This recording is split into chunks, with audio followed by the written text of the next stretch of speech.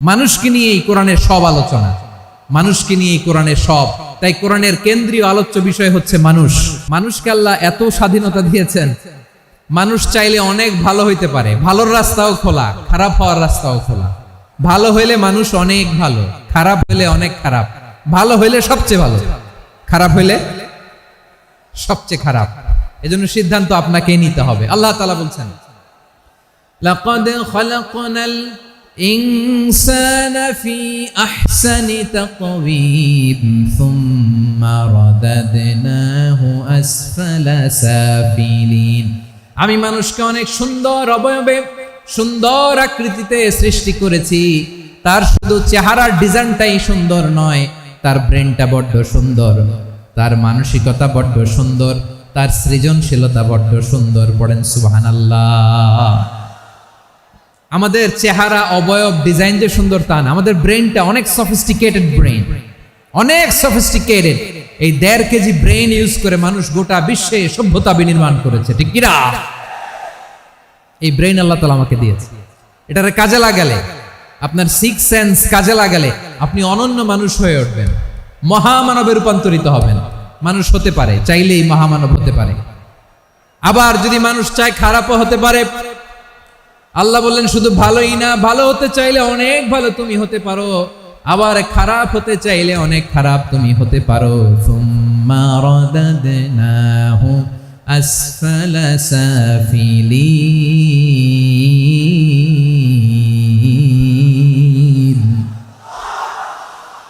খারাপ হলে একেবারে খারাপ হতে পারো, নিকৃষ্ট হলে একেবারে নিকৃষ্ট হতে পারো, ভালো হলেও ভালো হতে পারো। কোন সুবহানাল্লাহ।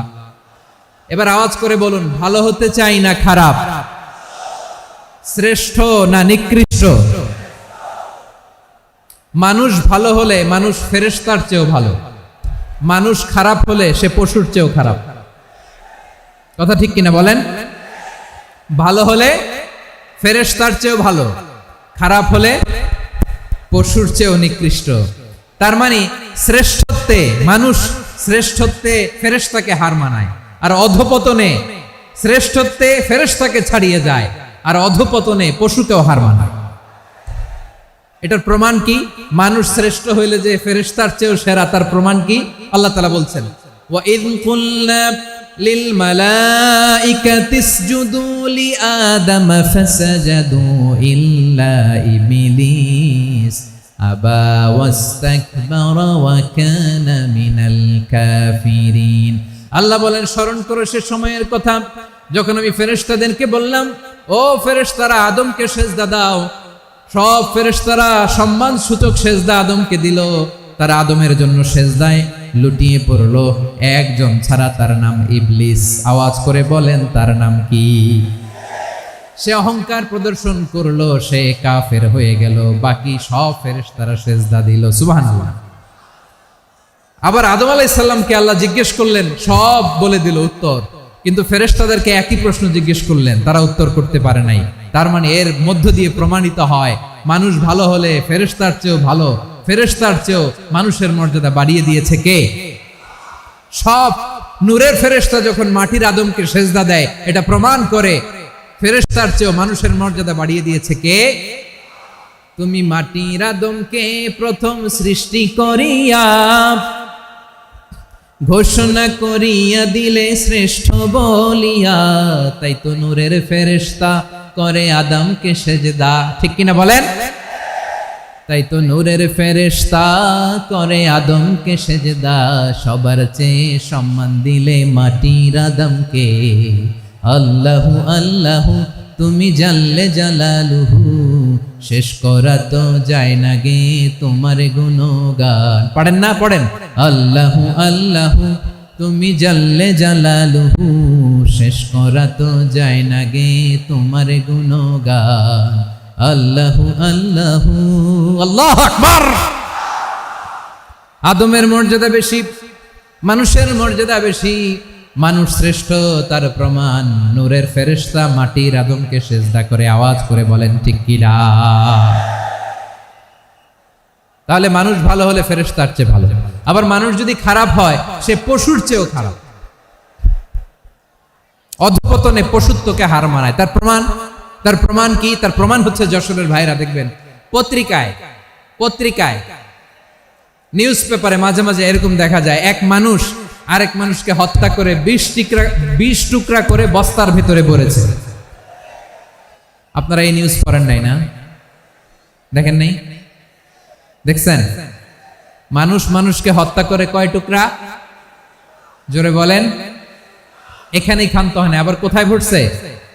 বস্তার ভিতরে। আচ্ছা, বুঝে থাকলে আওয়াজ করে বলেন, কোনদিন শুনছেন একটা হাতি আর একটা হাতিকে হত্যা করে 20 টুকরা করছে, এরপরে বস্তার ভিতরে ভরছে? হয়েছে?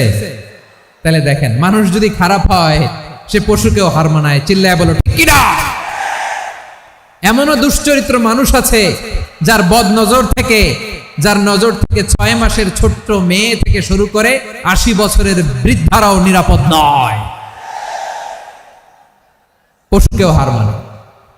মানুষের ঘর জ্বালিয়ে পুড়ে মেসাকার করে দেয়, জনপদের পর জনপদ জ্বালায় দেয়। এরকম আছে না নাই? প্রিয় ভাইয়েরা, চোখ কান নাক মুখ থাকলেই মানুষ না। যা সামনে দেখেন এগুলো সব মানুষ না, এগুলো জনসংখ্যা। এগুলো কি? সবাই বলুন, এগুলো কি? বাড়ছে জনসংখ্যা, কমছে মানুষ। বাড়ছে জনসংখ্যা, কমছে। এই দুনিয়া এখন তো সেই দুনিয়া নাই, মানুষ নামের মানুষ আছে, দুনিয়া বোঝাই, সেই মানুষের ভিড়ে আমার আসল মানুষ নাই। ঠিক কিনা? আসল মানুষের বড্ড অভাব। ভালো মানুষ হইতে হবে। ভালো মানুষ যারা জগৎটাকে এনলাইটেন করবে, যারা সত্যের বীর সেনানী হয়ে দাঁড়াবে, যারা সত্যের পক্ষে কথা বলবে, যারা জালিমের মসনদকে ভেঙে খান করে দেবে। এরকম হওয়ার দরকার আছে না নাই? এরকম ভালো মানুষ আমরা হতে চাই কি চাই না? মানুষকে যত্ন নিলে মানুষ যে কত ভালো হয় আপনি কল্পনাও করতে পারবেন না।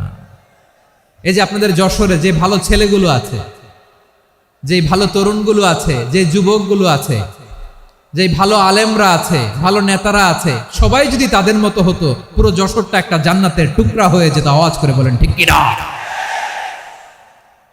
মানুষকে নার্চারিং করলে, মানুষকে পলিশ করলে, মানুষকে গ্রুমিং করলে, মানুষকে সঠিক তারবিয়া দিলে মানুষ অনন্য হয়ে ওঠে। প্রতিটি মানুষ অনন্য। আমি অনন্য, আপনি অনন্য, আমরা সবাই অনন্য। সুবহানাল্লাহ বলেন। মানুষকে আল্লাহ তাআলা দিয়েছেন অসীম ক্ষমতা, অসীম ক্ষমতা। সুবহানাল্লাহ। একটা মানুষ পারে না এমন কিছু নাই, একটা মানুষ পারে না এমন কিছু নাই। বিশ্বাস করতে হবে, মানুষ যা কল্পনা করতে পারে ওইটা মানুষ করে দেখাতে পারে। যশোরের ভাইয়ের, আই রিপিট, আমি আবারও বলছি, এই চিল্লাচিল্লি করলে আমার এই গুরুত্বপূর্ণ কথা তোমরা মিস করবা। কপাল পোড়া হয় না, আওয়াজ করে কপাল পোড়া হবে না। আমার দিকে তাকাও। মানুষ যা কল্পনা করতে পারে সেটা মানুষ করে দেখাতে পারে। তুমি তোমার কল্পনার রাজ্যকে সাজাও, তোমাকে হারাতে পারে এমন কোন শক্তি আল্লাহর জমিনে নাই। তোমার কি শক্তি, কি সম্ভাবনা তুমি জানোই না মিয়া। তুমি এদিকে তাকাও কেন? তোমার রাস্তা তো ওই দূরে। তুমি কোথায় যাবে, আল্লাহ তোমার টেনে কোথায় নিয়ে যাবে তুমি কিছুই জানো না। Plan big, dream big. কল্পনার শক্তিকে বড় করো। মানুষ যা কল্পনা করতে পারে মানুষ তা করে দেখাতে পারে। মানুষের কাছে অসাধ্য কিছু নাই, মৃত্যু ছাড়া, অ্যাকসেপ্ট ডেথ। মৃত্যু ছাড়া মানুষ সবকিছুকে জয় করতে পারে। মৃত্যু ছাড়া যে কোনো অসাধ্যকে সাধন করার ক্ষমতা মানুষকে দিয়ে দিয়েছে কে? হারার জন্য তোমার জন্মই হয় নাই, তোমার জন্ম হয়েছে জিতার জন্য, বিজয়ের জন্য তোমার জন্ম। মানুষের শুরুটাই হয় বিজয় দিয়ে। যশোর, আওয়াজ করে বলো, মানুষের শুরু হয় কি দিয়ে? আমরা যখন আমার পিতার পৃষ্ঠদেশে ছিলাম, পিতার পৃষ্ঠদেশ থেকে শুক্রাণু যখন মায়ের গর্ভদেশে যেয়ে পড়ে, কতটা শুক্রাণু ভ্রমণ শুরু করে জানো? 20 কোটি শুক্রাণু। একবার সিমেন আউট হলে সেখানে 20 কোটি শুক্রাণু থাকে, ভ্রমণ শুরু করে। ওই 20 কোটি শুক্রাণুর মধ্যে থেকে তুমি আমি আজকে এক বিকশিত শুক্রাণু মানব রূপে পৃথিবীতে এসেছি, সুবহানাল্লাহ। ওই 20 কোটি শুক্রাণুর প্রতিযোগিতায় সবাইরে পেছনে ফেলে সেদিন আমি সফল হয়েছিলাম, সেদিন আমি বিজয়ী হয়েছিলাম। সেদিন আমি এত ছোট ছিলাম, মাইক্রোস্কোপ দিয়েও আমার অস্তিত্ব টের পাওয়া যায় না। আমি এত তুচ্ছ ছিলাম, নগণ্য ছিলাম, আমার কান ছিল না, আমার চোখ ছিল না, আমার হাত ছিল না, আমার জন্য রিকমেন্ডেশন করার মতো মামু ছিল না, খালা ছিল না, কেউ ছিল না। তারপরেও ওই প্রতিযোগিতায়, ওই কম্পিটিশনে যখন আমারে কেউ হারাতে পারে নাই, আল্লাহর জমিনেও আমারে কেউ হারাতে পারে না। হারার জন্য তোমার জন্মই হয় নাই, তুমি আসছোই জিতার জন্য, সুবহানাল্লাহ। বিশ্বনবী বলেন, আন্নাসু মাআদিন কামাআদিনি যাহাবি ওয়াল ফিদ্দা খিয়ারুহুম ফিল জাহিলিয়াতি খিয়ারুহুম ফিল ইসলাম। Peoples are like mines of gold and silver. সোনার খনি, রূপার খনি, এর চেয়েও বড় খনি হচ্ছে এই মানব সম্পদের খনি। আওয়াজ করে বলেন আল্লাহু আকবার। আল্লাহ তাআলা এই সম্পদ আমাদেরকে দিয়েছে। বিশ্বনবী বলেন, মানুষ হচ্ছে খনির মতো। খিয়ারুহুম ফিল জাহিলিয়াতি খিয়ারুহুম ফিল ইসলাম। জাহিলি যুগে যারা সেরা, ইসলামেও তারা সেরা। ইদা ফাকুহু, যদি তারা বুঝবান হয় তাহলে তাদেরকে সেরা বানায় দিবে কে? তাহলে মানুষের চেয়ে সেরা কেউ হতে পারে? মানুষের চেয়ে অনন্য কেউ হতে পারে? মানুষকে কেউ হারাতে পারে? আওয়াজ করে বলো, তোমাকে কেউ হারাতে পারবে? এই সাহস জাগছে আজকের আলোচনা থেকে।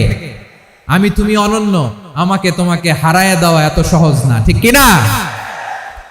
একটা কথা জীবনের সাথে সেট করে নিতে হবে, আমি জিতি নয় শিখি, আমি কখনো হারি না। মা বাবা যারা এসেছেন, আপনার ছেলে মেয়ের যত্ন নেন। আপনার ছেলের মধ্যে যে কি পটেনশিয়াল আপনি জানেন না। আপনার এই ছোট্ট অবুঝ ছেলেটাই আগামী দিনের শায়েখ আহমদুল্লাহ হবে।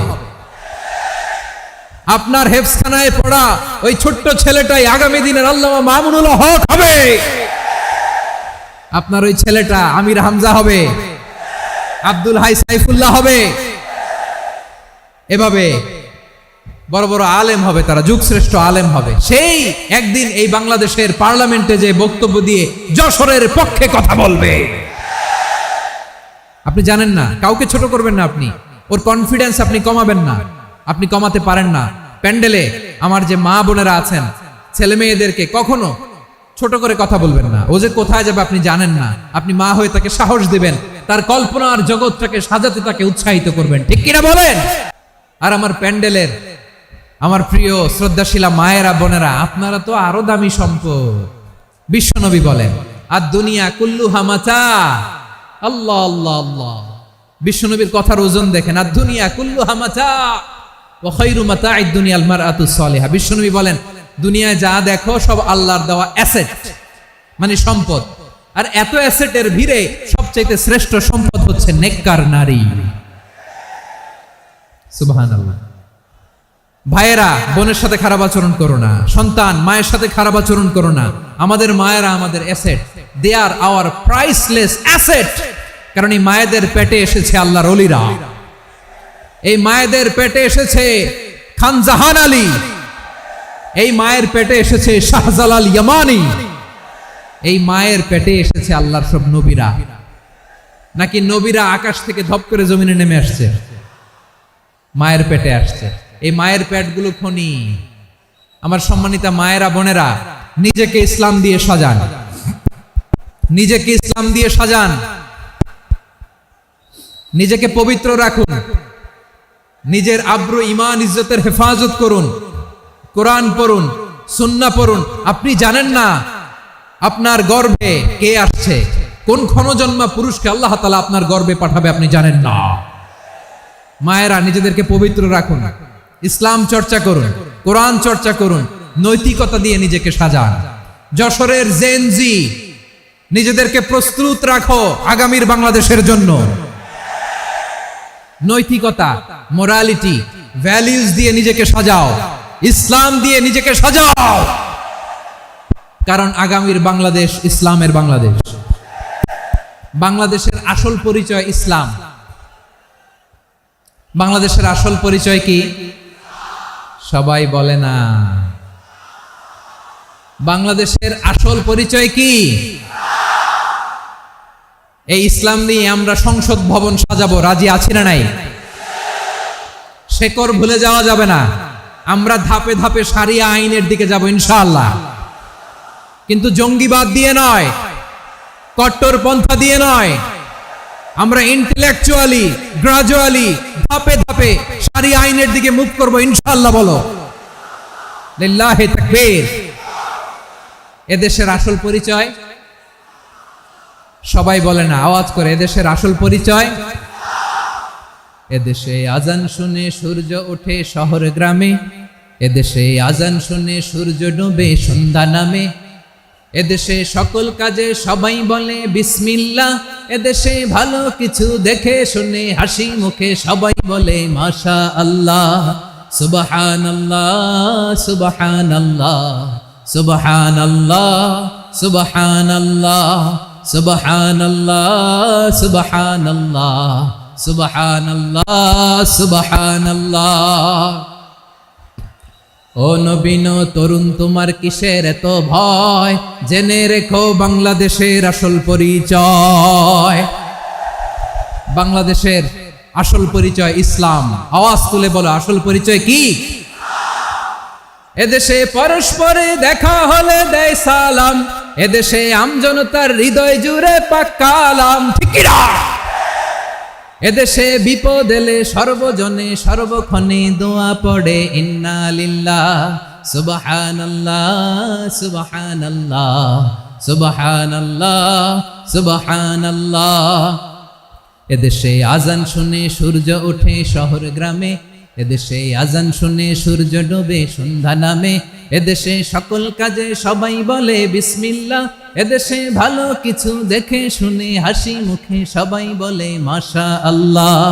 সুবহানাল্লাহ, আওয়াজ করে সুবহানাল্লাহ সুবহানাল্লাহ সুবহানাল্লাহ সুবহানাল্লাহ। সবাই একসাথে সুবহানাল্লাহ সুবহানাল্লাহ সুবহানাল্লাহ সুবহানাল্লাহ। এদেশের আসল পরিচয় কি? আওয়াজ করে বলতে ভয় লাগে। এদেশের আসল পরিচয় কি? ইসলাম দিয়ে আমাদের সংসদ ভবন চলুক, আমরা চাই কি চাই না? বঙ্গভবনে লা ইলাহা ইল্লাল্লাহর পতাকা উড়ুক, আমরা চাই কি চাই না? প্রতিটি জেলা অফিসে, ডিসি অফিসে লা ইলাহার পতাকা ঝুলুক, আমরা চাই কি চাই না? কারা কারা চাই হাত তুলে আল্লাহরে দেখায়।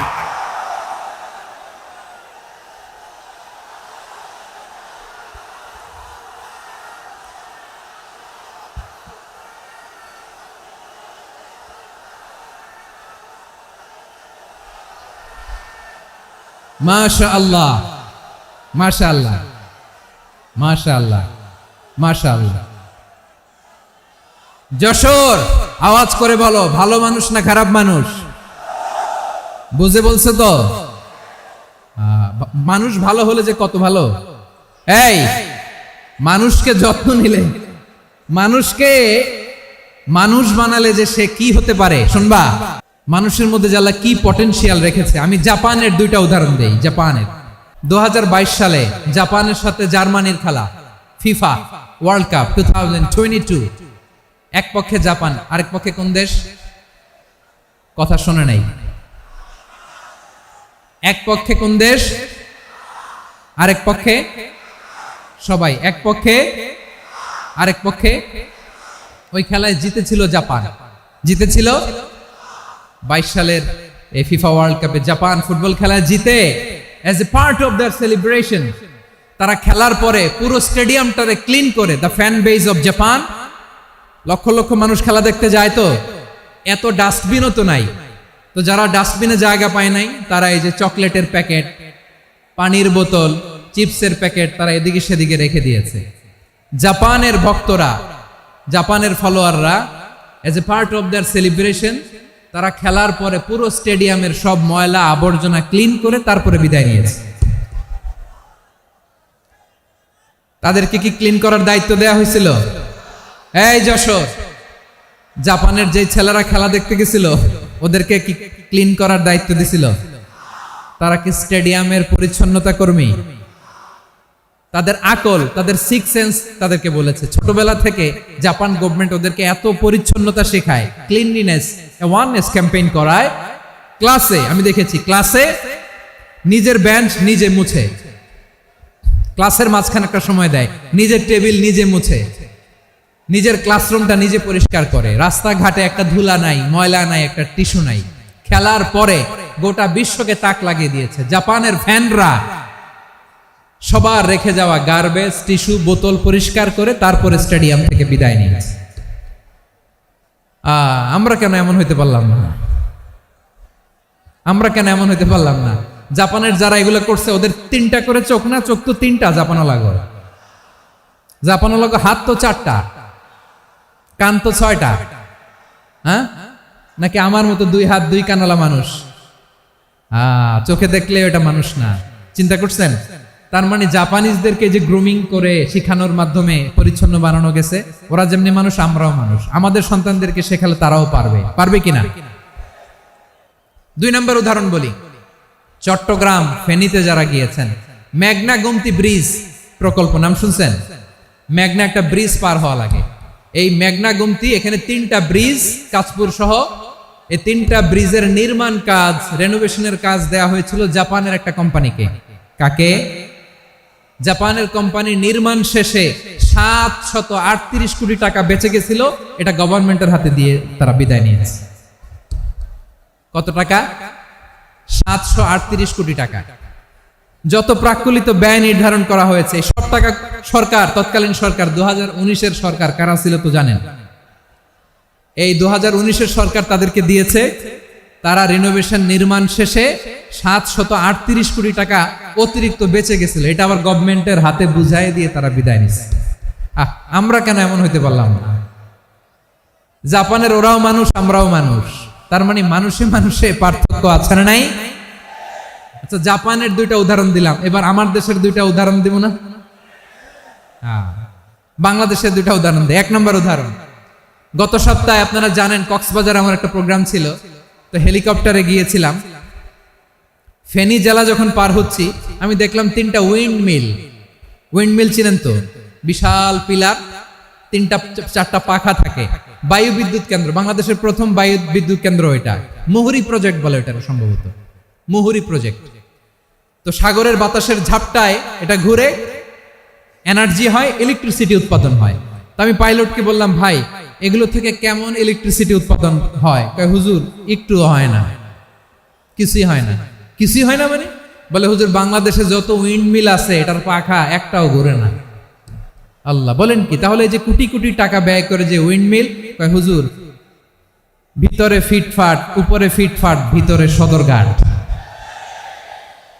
তার মানে কোটি কোটি টাকা দিয়ে এই উইন্ডমিল বানায়, এখানে কিছু নাই। দুর্নীতির আড্ডাখানা, আখড়াখানা বাংলাদেশ, ঠিক কিনা বলেন? আয় রে, জাপানিজরাও মানুষ, আমরাও মানুষ। আমার এক নিকটাত্মীয় সরকারি চাকরিজীবী, উনি আমাকে বললেন, বাংলাদেশের আরেকটা উদাহরণ দেখ। উনি আমাকে বললেন যে প্রতি বছর আমাদের অফিসের ফার্নিচার চেঞ্জ করে। আমি বললাম, প্রতি বছর ফার্নিচার চেঞ্জ করে কেন? বলে যে ফার্নিচার নতুন পারচেজ করলেই তো এখানে টাকা, নতুন কিনতে পারলেই টাকা, নতুন উন্নয়নের সবক শোনাতে পারলেই টাকা। প্রথম আলোর রিপোর্ট। কি আলো? প্রথম আলোর রিপোর্ট। গত 15 বছরে উন্নয়নের নামে লুটপাট হয়েছে প্রায় 3.25 লাখ কোটি টাকা। কার রিপোর্ট? আমাদের বানানো কথা। প্রথম আলোর রিপোর্ট। গত 15 বছরে কারা ছিল জানেন তো? হ্যাঁ, শুধু ওনাদেরকেই দোষ দিয়ে লাভ নাই। স্বাধীনতার পর থেকে শুধু শাসকের হাত বদল হয়েছে, আমরা কিছু পাই নাই, ঠিক কিনা বলেন? শুধু ওনাদের দোষ দিয়ে কি লাভ? একদল খাইছে, আরেক দল খাওয়ার জন্য রেডি হয়ে আছে। আমরা এরকম চাই না। আমরা চাই স্বাধীন সার্বভৌম বাংলাদেশ। আমরা চাই দুর্নীতিমুক্ত বাংলাদেশ। আমি নিউজটা যে কতবার পড়লাম, এটা কি সম্ভব? 3.25 লাখ কোটি টাকা লুটপাট, মানে লুটপাট করতে করতে এদেশের জনগণকে ফুটপাতে বসায় দিচ্ছে। প্রিয় ভাইয়েরা, তাহলে জাপানের মানুষও মানুষ, আমরাও মানুষ। সিদ্ধান্ত আপনার, কোন মানুষ হবেন, ভালো মানুষ না খারাপ মানুষ। আজকের আলোচনার বিষয় হচ্ছে মানব সম্পদের উন্নয়ন, human resource development. It's a process to increase the capacity of knowledge, skill, capacity of the people of a country. একটা দেশের মানুষের জ্ঞান, তাদের দক্ষতা কি করে বাড়ানো যায়, বাড়িয়ে দেশের উন্নয়ন করানো যায়, এটাই হচ্ছে মানব সম্পদ উন্নয়নের মূল কথা। তাহলে মানব সম্পদ হচ্ছে একটা দেশের সবচাইতে শক্তিশালী পুঁজি। প্রাকৃতিক সম্পদ, খনিজ সম্পদের চেয়েও দামি হচ্ছে মানব সম্পদ। আমার প্রিয় যশোর, প্রাকৃতিক সম্পদ, খনিজ সম্পদের চেয়ে দামি সম্পদ কি সম্পদ? আল্লাহ তাআলা দয়া করে আমাদেরকে এই মানব সম্পদ দিয়েছেন। আসুন আমাদের এই মানুষগুলোকে আমরা সোনার মানুষ বানাই। রাজি আছেন তো সবাই? রাজি আছেন? মানুষ পারে না এমন কোনো কিছু নাই, চাইলে সব পারে। এজন্য মানুষকে তারবিয়া দিতে হবে, যথাযথভাবে তাদেরকে গড়তে হবে। আসুন আমরা সিরাতের আয়নায় বিশ্বনবীর জীবনী থেকে দেখি তিনি কিভাবে হিউম্যান রিসোর্সকে ম্যানেজ করতেন। যদি আপনাদের সময় হয় দু একটা উদাহরণ দিয়ে আজকে আমি আমার আলোচনার বিদায় নিব। হবে সময় হবে কয়েক মিনিট? হ্যাঁ, শান্ত থাকবেন তো? শান্ত থাকবা? হ্যাঁ ঠিক আছে। এই ধাক্কার মধ্যে ঢুকছে, এবার মজা বুঝতেছো তো? হ্যাঁ, মানা করছিলাম না? ঠিক আছে, টের পাও। হ্যাঁ ঠিক আছে। যে আওয়াজ করবে আমি ওকে দেখতেছি, কে কে আওয়াজ করে দেখতেছি। শেষ কথা, শেষের দিকে চলে আসছি। বিশ্বনবী সাল্লাল্লাহু আলাইহি ওয়াসাল্লাম কিভাবে হিউম্যান রিসোর্সকে ম্যানেজ করতেন, মজার কথা আছে কয়েকটা, বলে বিদায় নিব। বিশ্বনবী কিভাবে এই মানব সম্পদকে ম্যানেজ করতেন। বিশ্বনবী he was a very good talent hunter, চৌকস ট্যালেন্ট হান্টার ছিল। কার মধ্যে কি ট্যালেন্ট আছে দেখলেই বুঝে ফেলতেন। সুবহানাল্লাহ পড়বেন না? কি নবী আমরা পেয়েছি! He was a very good talent hunter. আমার নবী তিনি চৌকস ট্যালেন্ট হান্টার ছিলেন।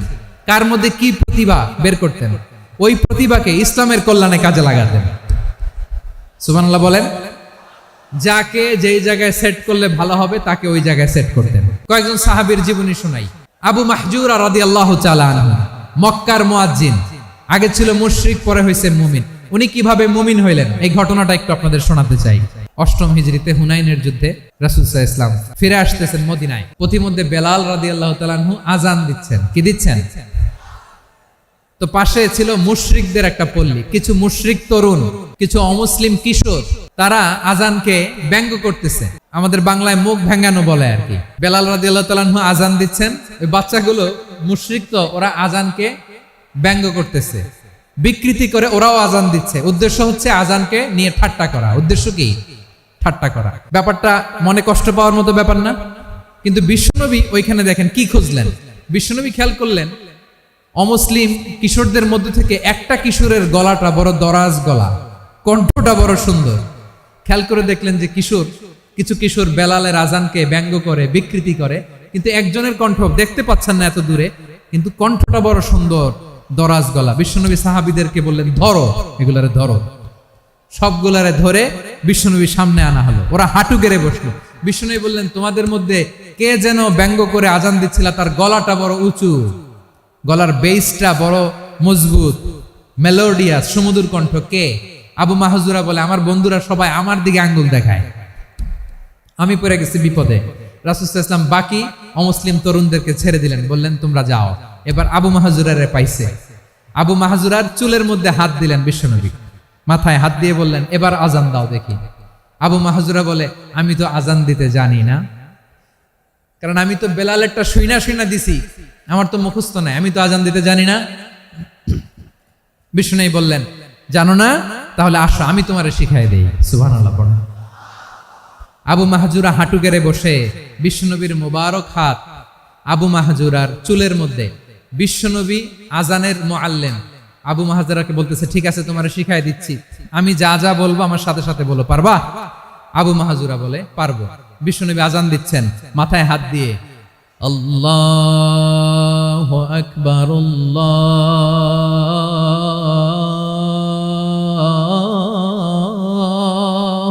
আকবার।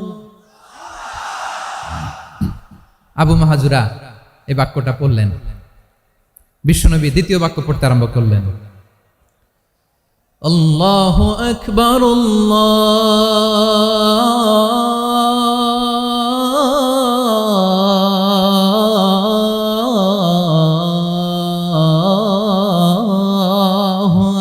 আকবার। আবু মাহাজুরা এই বাক্যটা বললেন। বিশ্বনবী আবু মাহাজুরার মাথার মধ্যে হাত দিয়ে তৃতীয় বাক্য বললেন, আশহাদু আল্লা ইলাহা ইল্লাল্লাহ।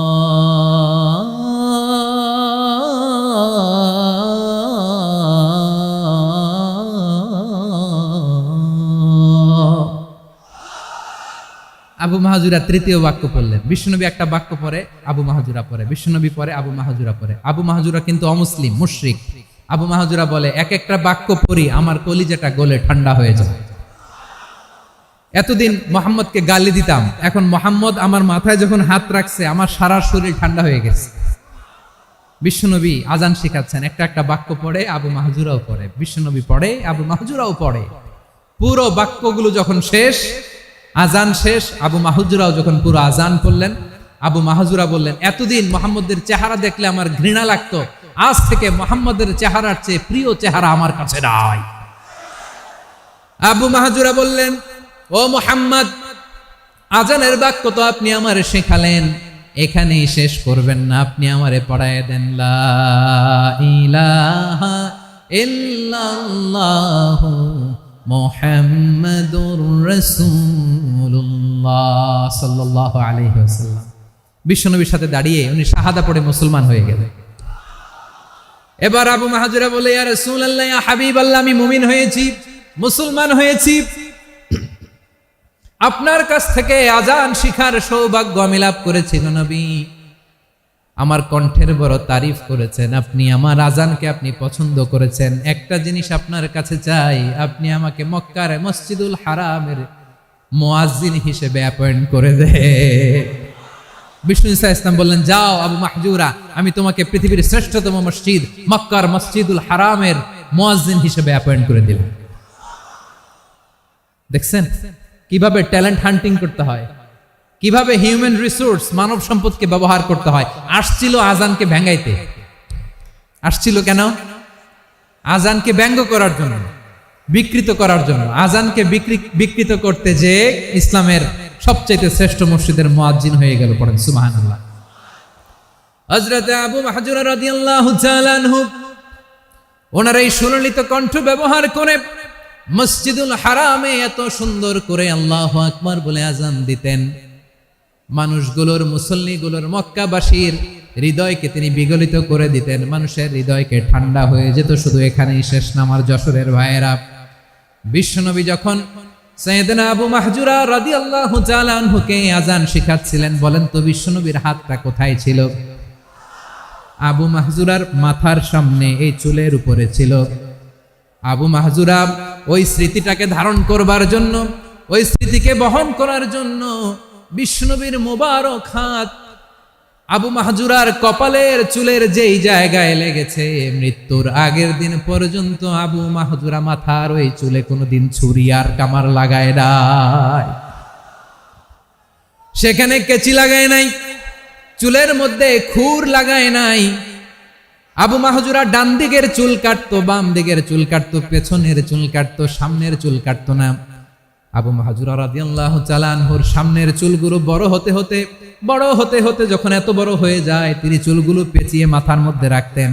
তারপরে তিনি পাগড়ি পরতেন। সবাই জিজ্ঞেস করতো, আবু মাহজুরা, এটা আবার কেমন স্টাইল? দেখতে তোমারে কি বিদঘুটে লাগে, কেমন অড লাগে, কেমন খারাপ দেখা যায়। মক্কায় এমন কোন মানুষ তো দেখি নাই, ডানে চুল কাটে, বায়ে চুল কাটে, পেছনে চুল কাটে, সামনে কাটে না।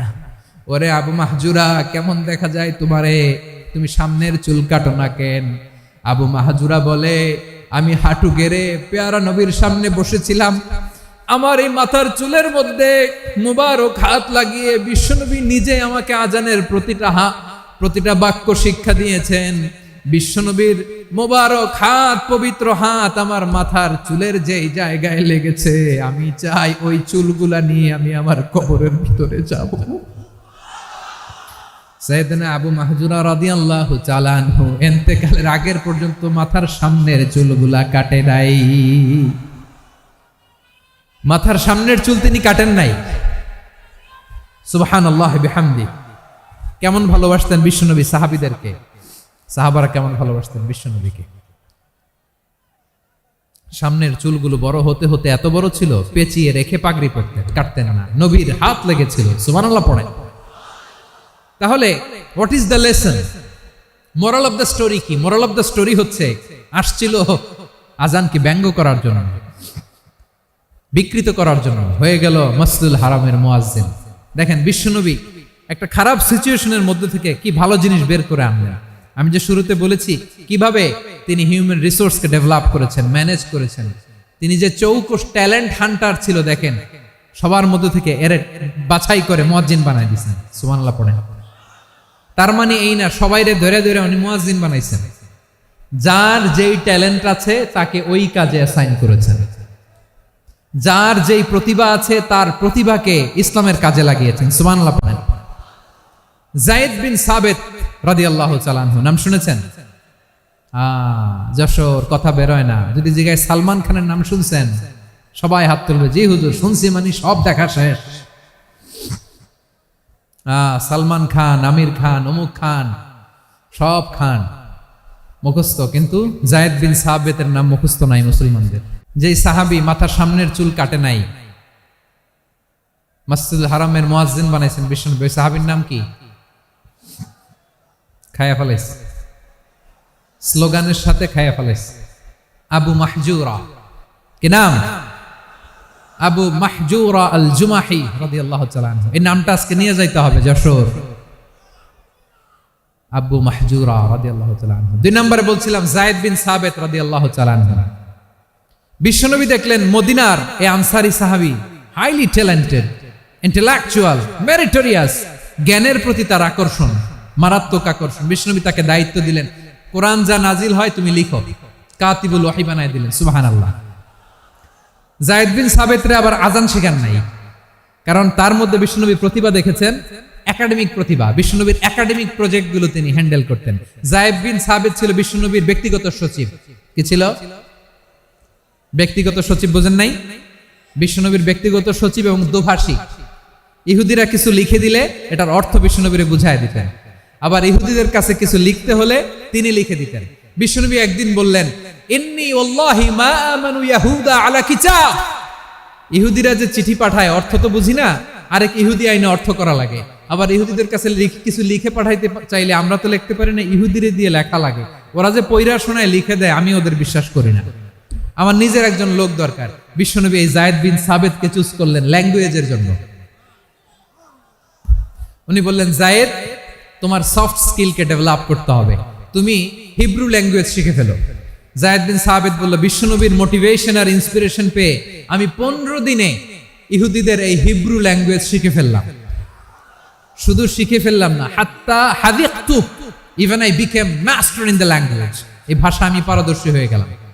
এরপরে ইহুদিরা চিঠি লিখে পাঠালে আর কোনো ইহুদি ডাকা লাগতো না, আমি নবীর এটার অর্থ শুনে পরে বুঝায় দিতাম। আবার ইহুদিদের কাছে চিঠি লেখা লাগলে আমি যায়েদ বিন সাবিত চিঠি লিখে দিতাম। সুবহানাল্লাহ। দেখেন এত সাহাবীর মধ্য থেকে বিশ্বনবীর একাডেমিক প্রজেক্ট, ব্যক্তিগত সচিব, দোভাষী হিসেবে তিনি যায়েদ বিন সাবিতের মতো তরুণকে নির্বাচিত করেছেন। কেমন ট্যালেন্ট হান্টার ছিল আমার নবী। সুবহানাল্লাহ পড়বেন না? বিশ্বনবীর ইন্তেকালের পরে সাইয়েদনা আবু বকর রাদিয়াল্লাহু তাআলা আনহু যখন খলিফা হয়ে আসলেন, কোরআনকে সংকলনের দায়িত্ব দেয়া লাগবে, কোন সাহাবীকে দিবেন? সব সাহাবারা মিলে পরামর্শ করলেন। সাইয়েদনা আবু বকর, ওমর সবাই মিলে এই বিশাল কোরআন সংকলনের গুরু দায়িত্ব বিশ্বনবীর ব্যক্তিগত সচিব, বিশ্বনবীর দোভাষী, বিশ্বনবীর সিলেক্ট করাই লোক যায়েদ ইবনে সাবিত রাদিয়াল্লাহু তাআলা আনহুকে দিয়েছে। কোরআনের কবি তো আজকে এখানে রাখে নাই। এই যে আজকের যে কোরআন পড়েন, এটা আগে এরকম ছিল না। কোরআন নাজিল হলে সাহাবারা চামড়ার, ওটের চামড়ায় লিখে ফেলতো, ওটের চ্যাপ্টা হাড্ডির মধ্যে লিখে ফেলতো, গাছের গুড়ির মধ্যে লিখে ফেলতো, বিভিন্ন জনের কাছে ছড়ানো ছিটানো ছিল। আবু বকর রাদিয়াল্লাহু তাআলা আনহু একসাথে করলেন, পরবর্তীতে উসমান রাদিয়াল্লাহু তাআলা আনহু একসাথে করলেন 114 সূরার এখন এই মুসহাফ, এই কম্পাইলেশন, এই কপি আমরা পেয়েছি, যার হিউজ কন্ট্রিবিউশন ছিল। এই পুরো কোরআন কম্পাইলেশনের প্রজেক্ট ম্যানেজার ছিল যায়েদ বিন সাবিত রাদিয়াল্লাহু তাআলা। কোরআন কম্পাইলেশনের প্রজেক্ট ম্যানেজার, দেখেন উনারে মাথায় হাত দিয়ে আজান শিখায় নাই, সুবহানাল্লাহ কইবেন না? তাহলে প্রথম সাহাবী আবু মাহজুরাকে মুয়াজ্জিন বানাইলেন, যায়েদ বিন সাবিতকে ব্যক্তিগত সচিব আর দোভাষী বানালেন, মুসআব ইবনে উমাইর রাদিয়াল্লাহু তাআলা আনহুকে ইসলামের প্রথম অ্যাম্বাসেডর বানালেন। তাহলে তৃতীয় নাম্বার একজন সাহাবীর নাম বলছি, মুসআব ইবনে উমাইর। মুসআব কি নাম? নামটা কেমন লাগে? এই কয়েকজনের ভাল লাগে, বাকিদের ভাল লাগে না? ভাল লাগে? এই এই আর কয়েকটা মিনিট দেওয়া যাবে না আমাকে আল্লাহর রাস্তে? হ্যাঁ ঠিক আছে, আমি তোমাদেরকে ভালোবাসা দেখাবো, দোয়া করব, যদি চুপ থাকো, একেবারে চুপ, কষ্ট সহ্য করো, বাকিরে যা সওয়াব পাবে তোমরা ডবল পাবা, যেহেতু কষ্ট বেশি, কিন্তু চুপ। 3 নম্বর সাহাবীর নাম মুসআব। এই ধাক্কাধাক্কি কেন? ধাক্কাধাক্কি কেন রে ভাই? না না না, এরকম হইলে আসবো না যশোর, আমি আর আসবো না। হয় পিছনে চলে যাও, নাহলে চুপ, ধাক্কাধাক্কি নাই। 3 নম্বর সাহাবীর নাম মুসআব। কি নাম? He was the first ambassador in Islam. ইসলামের প্রথম ডিপ্লোম্যাট, প্রথম কূটনৈতিক, ইসলামের প্রথম কূটনৈতিক, ইসলামের প্রথম ডিপ্লোম্যাট, প্রথম অ্যাম্বাসেডর মুসআব ইবনে উমাইর। মক্কার তরুণ যুবক, উনি পারফিউম লাগাইলে মানুষ দেখলেই বুঝতো এটা মুসআব লাগাইছে। এমন ড্যাশিং ফেসের ছিল, এমন স্মার্ট ড্যাশিং ফেস, এমন পার্সোনালিটির মানুষ ছিল মুসআব রাদিয়াল্লাহু তাআলা আনহু। কারণ যিনি ইসলামের স্পোকম্যান হবেন, মুখপাত্র হবেন, তার স্মার্ট হওয়ার দরকার আছে না নাই? আকাবার প্রথম শপথ যখন হলো, তাদের সাথে বিষ্ণু ঈসা ইসলাম মদিনাতে একজন মুখপাত্র পাঠালেন, ডিপ্লোম্যাটকে পাঠালেন, অ্যাম্বাসেডর অফ ইসলাম, তিনি হচ্ছেন মুসআব ইবনে উমাইর। পড়েন সুবহানাল্লাহ। বিশ্বনবী দেখলেন সে অনেক স্মার্ট, তার ডেডিকেশন আছে, সিনসিয়ারিটি আছে, এবং মদিনায় যে আউস খাজরাজ গোত্রের নেতাদের সাথে ডিল করতে হবে, ইহুদিদের সাথে ডিল করতে হবে, ওখানে একজন পাক্কা জানু খেলোয়াড়ের দরকার আছে না নাই? মুসআব ইবনে উমাইর রাদিয়াল্লাহু তাআলা আনহু, ওনাকে বিষ্ণু ঈসা ইসলাম চুজ করলেন।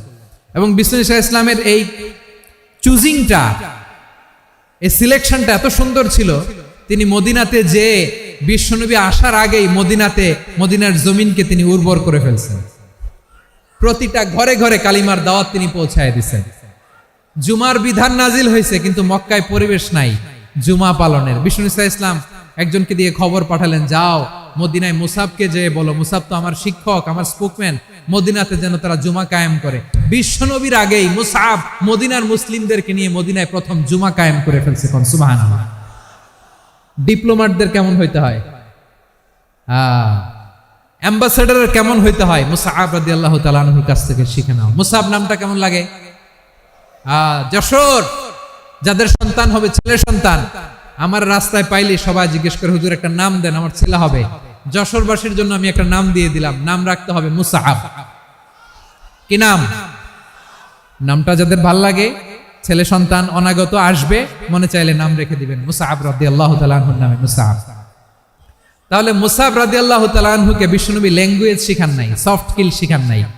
যায়েদ রাদিয়াল্লাহু তিনি হিব্রু ল্যাঙ্গুয়েজ শিখেছেন, সুরিয়ানি শিখেছেন, কিন্তু মুসআবকে তিনি বানিয়েছেন the spokesman of Islam, the first diplomat, the ambassador of Islam. সুবহানাল্লাহ পড়বেন না? আব্দুল্লাহ ইবনে আব্বাস রাদিয়াল্লাহু তাআলা আনহু, বিশ্বনবীর কাজিন, চাচাতো ভাই। আবার মাইমুনা রাদিয়াল্লাহু তাআলা আনহু, মাইমুনা নবীর স্ত্রী, তিনি ছিলেন আব্দুল্লাহর আপন খালা। তো নবীর বউ যদি উনার খালা হয়, নবী তার কি? বুঝে নাই, নবী তার কি? খালু। তাহলে সম্পর্ক অনেক গভীর, কাজিন আবার খালু, ছোট্ট মানুষ, তাই রাতে মাঝে মাঝে ঘরে থাকতো। বিশ্বনবী দেখলেন আব্দুল্লাহ যেহেতু আমার ঘরে ঢুকতে পারে, আব্দুল্লাহরে এই উম্মতের বড় শিক্ষাবিদ বানাইতে হবে। কথা বোঝে নাই? আব্দুল্লাহকে কি বানাইতে হবে? শিক্ষাবিদ, এডুকেটর অফ দিস উম্মাহ, এই উম্মার শিক্ষাবিদ বানাইতে হবে। তাই আব্দুল্লাহ ইবনে আব্বাসকে বিশ্বনবী হাতে কলমে শিক্ষা দিয়েছেন। তো বিশ্বনবী রাতে যখন তাহাজ্জুদ পড়তেন, ছোট্ট আব্দুল্লাহ ঘরে থাকতো, বুঝতে পেরেছেন? ছোট্ট মানুষ তো ঘরে থাকতো। তো বিশ্বনবী তাহাজ্জুদের জন্য একবার দাঁড়িয়েছেন, ছোট্ট আব্দুল্লাহ ওযু করে দাঁড়াইছে। আচ্ছা বলেন তো, ইমাম আর মুসল্লি মোট যদি দুইজন হয়, একজন ইমাম একজন মুসল্লি, তো মুসল্লি ইমামের কোন দিকে দাঁড়াবে? ডানে দাঁড়াবে। ছোট্ট আব্দুল্লাহ বুঝে নাই, বিশ্বনবী তাহাজ্জুদ শুরু করেছেন, উনি ইক্তেদা করছেন আর দাঁড়াইছেন বায়ে। কোথায় দাঁড়িয়েছেন? আব্দুল্লাহ বলেন, যখন আমি বায়ে দাঁড়ালাম, আখাযা রাসূলুল্লাহ সাল্লাল্লাহু আলাইহি ওয়াসাল্লাম উযুনি আল ইয়ুমনা ইয়াফতিলুহা, বিশ্বনবী নামাজরত অবস্থায় আমার কান ধরে টেনে আমার ডান দিকে এনে দাঁড় করায় দিলেন। করেন সুবহানাল্লাহ। দেখেন হাতে কলমে শিক্ষা। আর জীবনে ভুল হবে? কথা কয় না, আর ভুল হবে? আর ভুল হবে না। এভাবে বিশ্বনবীর অনেক সঙ্গ পেয়েছেন, সফর করেছেন, একই বাহনে বসেছেন, এক বাহনে বসে লম্বা নাসিহত করেছেন, বলেছেন ইয়া গোলাম ইহফাজিল্লাহ ইয়াহফাজকা ইহফাজিল্লাহ তাজিদহু তুজাহাক ইযা সাআলতা ফাসআলিল্লাহ ওয়া ইযা ইসতাআনতা ফাসতাইন বিল্লাহ। আল্লাহর বিধান মানো, আল্লাহর বিধান রক্ষা করো, আল্লাহ তোমায় রক্ষা করবে। আব্দুল্লাহ, চাইতে হলে আল্লাহর কাছে চাও, সাহায্য চাইতে হলে আল্লাহর কাছে সাহায্য চাও। মনে রেখো, গোটা বিশ্বের সবাই যদি তোমার সাহায্য করতে চায়, ততটুকুই করতে পারবে যতটুকু আল্লাহ তোমার নসিবে রেখেছে। গোটা বিশ্ব যদি তোমার বিরুদ্ধে ষড়যন্ত্রে দাঁড়িয়ে যায়, ক্ষতি ততটুকু করতে পারবে যতটুকু তোমার জন্য বরাদ্দ আছে, এর বাইরে কিছু করতে পারবে না। আওয়াজ করে বলেন ঠিক কিনা? এভাবে হাতে কলমে শিখিয়েছেন, বিশ্বনবীর সঙ্গ পেয়েছেন। উনাকে বিষ্ণু ইসলাম শিক্ষাবিদ, এডুকেটর অফ দিস উম্মাহ হিসেবে সিলেক্ট করেছেন, হাতে কলমে শিখিয়েছেন। বিশ্বনবী একবার প্রকৃতির ডাকে সাড়া দিয়ে এসেছেন। এখন কি করতে হবে? নামাজের জন্য ওযু করতে হবে। বিশ্বনবী এসেই দেখেন ওযুর বদনায় পানি ভরা, খুশি হয়ে গেলেন, বললেন কে রেখেছে পানি? একজন বলল আব্দুল্লাহ রেখেছে। বিশ্বনবী অত্যন্ত খুশি হলেন, খুশি হয়ে একটা দোয়া করলেন, বললেন আল্লাহুম্মা ফাক্কিহু ফিদ্দীন ওয়া আল্লিমহু তা'ওয়ীল। আল্লাহ, তুমি আব্দুল্লাহকে দ্বীনের বুঝ দিও আর কোরআনের তাফসীর শিক্ষা দিও। বিশ্বনবীর এই দোয়া এমন লাগছে, উনি রাইসুল মুফাসসিরিন, এই পৃথিবীতে যত মুফাসসির ছিল, যত মুফাসসির আসবে, সকল মুফাসসিরের সম্রাট হিসেবে স্বীকৃত হয়েছেন। আব্দুল্লাহ ইবনে আব্বাস, বিশ্বনবী ওনারে আজান শিখান নাই, বিশ্বনবী ওনারে ল্যাঙ্গুয়েজ শিখান নাই, বিশ্বনবী ওনারে অ্যাম্বাসেডর বানান নাই, হাতে কলমে শিক্ষা দিয়েছেন। ছোট্ট মানুষ, বিশ্বনবী ইন্তেকাল করলেন, আবু বকরের সময় গেল, ওমরে ফারুকের খেলাফত, তখনও তিনি তরুণ। ওমরে ফারুক রাদিয়াল্লাহু তাআলা আনহু ওনার ক্যাবিনেট মিনিস্ট্রির বৈঠকে এই আব্দুল্লাহ ইবনে আব্বাসকে পাশ দিয়ে বসায় রাখতেন। বয়স্ক সাহাবারা এটা পছন্দ করতো না, তারা বলতো ঘটনা কি, আব্দুল্লাহর মতো ছেলে নাতি আমাদের আছে, এরা কেন রাখে ওমরে ফারুক? ওমরে ফারুক এটা টের পেলেন, তিনি বুঝতে পারলেন যে ক্যাবিনেট মেম্বাররা এটা পছন্দ করে না, ছোট্ট আব্দুল্লাহরা কেন রাখি, কেন যে রাখি এটা একদিন বুঝাবো। একদিন মিটিং এ তিনি সবাইকে বললেন ইদা জাআ নাসরুল্লাহি ওয়াল ফাত। এই আয়াত দ্বারা উদ্দেশ্য কি বলেন তো মুরব্বী সাহাবীরা? এক সাহাবী বলেন এই সূরা দ্বারা উদ্দেশ্য, আল্লাহ বলেছেন আমাদেরকে বিভিন্ন ল্যান্ড, বিভিন্ন এলাকা বিজয় করতে হবে। ওমরে ফারুক বললেন না, হয়নি। আরেকজন বললেন বিজয় হওয়ার পর আমাদের বেশি বেশি আল্লাহর বরত্বের ঘোষণা দিতে হবে, এটা উদ্দেশ্য। ওমরে ফারুক বললেন না, হয় নাই। যারা জিজ্ঞেস করেন কেউ পারে না। সব শেষে বিশ্বনবী ছোট্ট আব্দুল্লাহরে বলেন আব্দুল্লাহ ইদা জাআ নাসরুল্লাহি ওয়াল ফাত, এর দ্বারা উদ্দেশ্য কি বলতো? ছোট্ট আব্দুল্লাহ বলেন হুয়া আজালু রাসূলিল্লাহ। এই আয়াত দ্বারা বিশ্বনবীর বিদায়কে উদ্দেশ্য নেওয়া হয়েছে। ওমরে ফারুক বললেন হাযা হুয়া, এটাই তো সঠিক উত্তর, এটাই সঠিক তাফসীর এই আয়াতের। কারণ ইদা জাআ নাসরুল্লাহি ওয়াল ফাত, যখন আল্লাহর সাহায্য আর বিজয় আসবে, ওয়া রাআইতান নাসা ইয়াদখুলুনা ফি দীনিল্লাহি আফওয়াজা, আপনি দেখবেন দলে দলে ঢলে ঢলে বানের পানির মতো মানুষ ইসলামের দিকে ঢুকতেছে, ইসলামের বিজয় হয়েছে। তো ইসলামের বিজয়ের মিশন নিয়ে নবী আসছে, বিজয়ী যখন হয়ে গেছে এখন তো নবীর বিদায় হবে। জোরে বলেন ঠিক কিনা? কোন সাহাবী এই সূক্ষ্ম কথাটা ধরতে পারে নাই, ওই আব্দুল্লাহ ছাড়া। আব্দুল্লাহ যখন উত্তর দিছে সব সাহাবীদের টনক নড়েছে। এরপর থেকে কোন ক্যাবিনেট মিটিং এ আর কোন সাহাবারা কোনো প্রশ্ন করে নাই। আওয়াজ করে পড়েন সুবহানাল্লাহ। বিশ্বনবী আব্দুল্লাহ ইবনে আব্বাসকে দ্য এডুকেটর অফ দ্য উম্মাহ, উম্মার শিক্ষাবিদ হিসেবে গ্রহণ করেছেন। আওয়াজ করে পড়তে হবে আল্লাহু আকবার। সাহাবীদের নামগুলো মনে থাকবে?